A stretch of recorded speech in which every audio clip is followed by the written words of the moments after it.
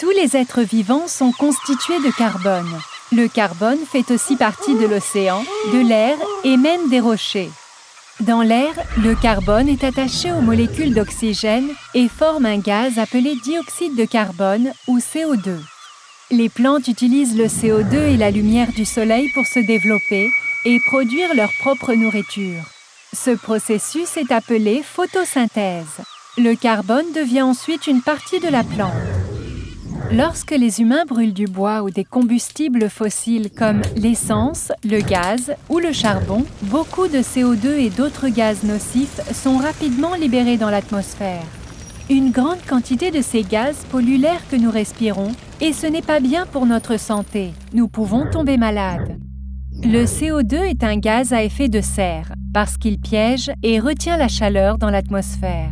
Sans le CO2 et d'autres gaz à effet de serre, il ferait très froid sur Terre. Mais les êtres humains ont brûlé tellement de combustible qu'il y a environ 30% plus de dioxyde de carbone dans l'air aujourd'hui qu'il n'y en avait il y a 200 ans et la Terre est un peu trop chaude. C'est ce que l'on appelle le changement climatique.